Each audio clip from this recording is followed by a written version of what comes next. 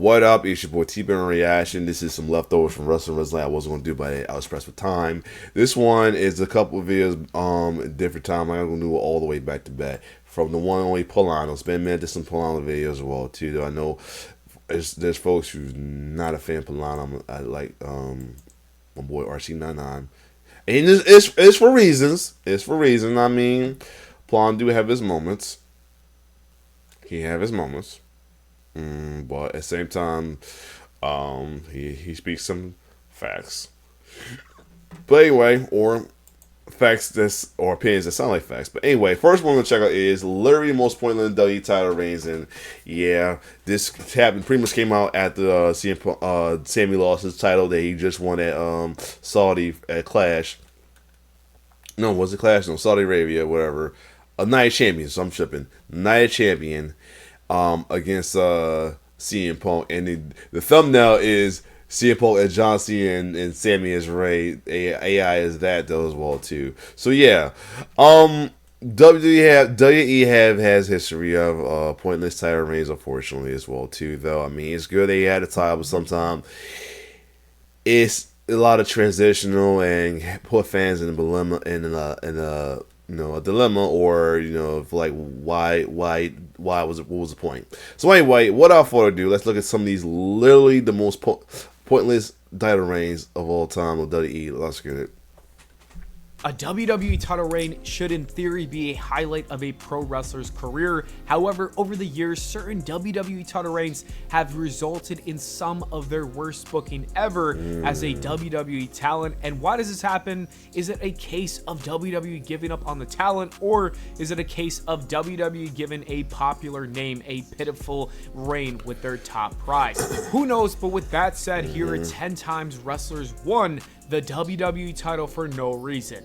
Number 10, Rey Mysterio. Yep. The summer of Punk is a beloved time period for a lot of fans, but one of the more questionable storylines revolved around Rey Mysterio. Following CM Punk leaving WWE in kayfabe after Money in the Bank, Mysterio would win the WWE title on Raw, and in a unique move, he would face John Cena on the same exact night. The scene of John Cena and Mysterio engaging in an infamous confrontation backstage has since turned into a meme, and for good reason, as this was the height of the Super Cena character. Rey wouldn't even make it out of the same show as champion, as John Cena would pin Mysterio clean as a whistle, and this would ultimately be used to set up the return of Punk ahead of CM Punk and Cena's rematch for the main event of SummerSlam. And when Punk debuted his infamous theme to this day called Personality by Living Color. Number 9, Jack Swagger. Fans were in total disbelief when WWE when I watched this after watching him get knocked the fuck out on pro power slaps. Decided to give Jack Swagger the Money in the Bank briefcase. Oh, speaking of that, give me a second. I gotta release my videos. By the way, I got y'all. Hold on. I'm bad. Just not dropped the videos. Anyway, let's keep going. But yeah, he got knocked the fuck out. Shout out to Chisel Donald though with his commentary on his knockout. But yeah, but this one, yeah. 26, Swagger was perhaps the least popular name in the entire match, and it was hard to find a single fan that wanted him to become the world champion. Nevertheless, WWE would commit to a Swagger this one really made the War Hero Championship look like a secondary champion for the big win, and they would wait a matter of days before he successfully cashed in the briefcase on Chris Jericho on SmackDown.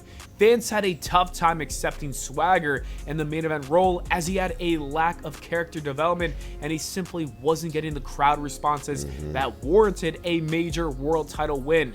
Soon enough, the WWE lost all faith in Swagger, and this was apparent when they couldn't even book him to defeat Big Show on pay-per-view, instead opting for a DQ finish. By the time the summer of 2010 came around, the WWE had officially given up on the Swagger experiment, and Swagger's first and only world title reign would come to an underwhelming fatal 4-way matchup. Number 8, Christian. Christian's first world title win in 2011 was a blessing and a curse for the wrestling legend. While the reign lasted a matter of days, as WWE had no interest in him having a reign as champion. Hold on.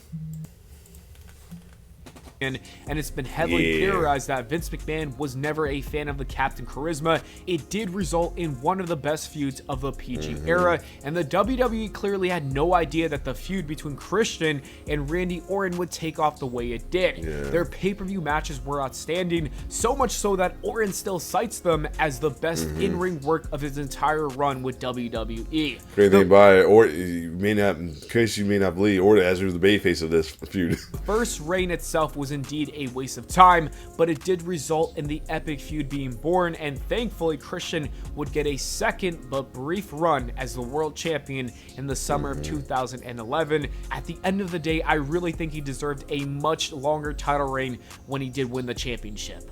Number 7, Kane. Kane shocked the world in 1998 when he defeated WWE's Golden Boy Stone Cold Steve Austin to win the WWE title. He won the title in a first blood match, and it's been heavily rumored for years that WWE went down this route as they had no choice. During this point in time, Kane's entire body was covered up, so unless he was going to be unmasked in some capacity, the WWE had booked themselves into a corner. His first reign would last just 24 hours as he would drop the title straight back to Austin the next night on Raw. The reign was indeed a waste, as fans were legitimately pushing for Kane to receive a reign. But when WWE saw a substantial rating for the WWE title match on Raw, they no doubt realized they made the right call. Number 6, Daniel Bryan. WrestleMania 30 featured one of the greatest moments in WWE history as Daniel Bryan won the WWE World title in the main event. And this was supposed to lead to an epic reign for Bryan before ultimately dropping the title to Brock Lesnar at that year's SummerSlam show. But a devastating neck injury would change all these plans. Bryan would only have one title match before having to relinquish the belt. And one of the most disappointing things about the reign ending was that WWE instantly reverted back to the status quo. They would decide to go with John Cena as the new champion once again, which was perhaps the most underwhelming option WWE had on the table at the time. It was a sad and pointless reign because the injury forced it to end so soon. Number 5, Finn Balor. The WWE's call to crown Finn Balor as the inaugural Universal Champion was a welcomed one. Finn Balor was insanely fresh in the main event scene, having only just been called up to the main roster, and he was able to bring it in that ring as he would establish himself as one of the best in-ring workers in the entire company. Sadly, during Balor's big crowning match at the 2016 SummerSlam, he suffered a brutal injury that would cut his reign short. I wish he would have took that that hit better though, man. Balor would be forced to give up that title on the next night on Raw, and unfortunately he never got another run as a world champion in the company in any capacity. Number 4, Vince McMahon. A lot of fans forget that Vince is a former WWE champion. Depends on when he did it.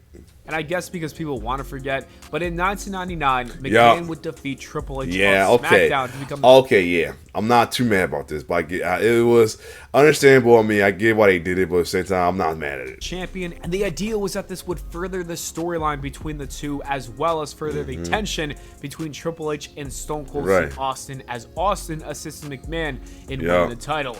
This was a move straight out of WCW, as McMahon wasn't exactly an active wrestler, and it questioned at the time whether this had impacted the credibility and legitimacy of the WWE's top prize. WWE managed to get away with it thanks to McMahon being a prominent character on TV and due to the fact that he quickly gave up the title on Raw. Number 3, Batista. Chris Jericho was on the run of his career in late 2008, so the decision for him to drop the world title to Batista at Cyber Sunday made zero sense. Batista did not need another title reign, and the fact that he would drop the title back to Jericho only a week later made the entire thing even more pointless. The WWE's master plan was to have Chris Jericho drop the title to a returning John Cena at Survivor Series, yet they decided to throw this Batista reign in the middle of it for shock value and shock value alone. Number 2, Hulk Hogan. WWE lost their minds when it came to the WWE title in 2002. The WWE title in the space of a matter of months went from Chris Jericho to Triple H to Hulk Hogan to The Undertaker to The Rock. They could not decide what they wanted to do at the top of the card, and Hogan's reign was the one that made little sense and served no purpose in the grand scheme of things. I want to say that we know about Hogan and all that, but I said at the time I was like, it felt like, for me, it felt like a feel good moment of time before we knew how Hogan really is.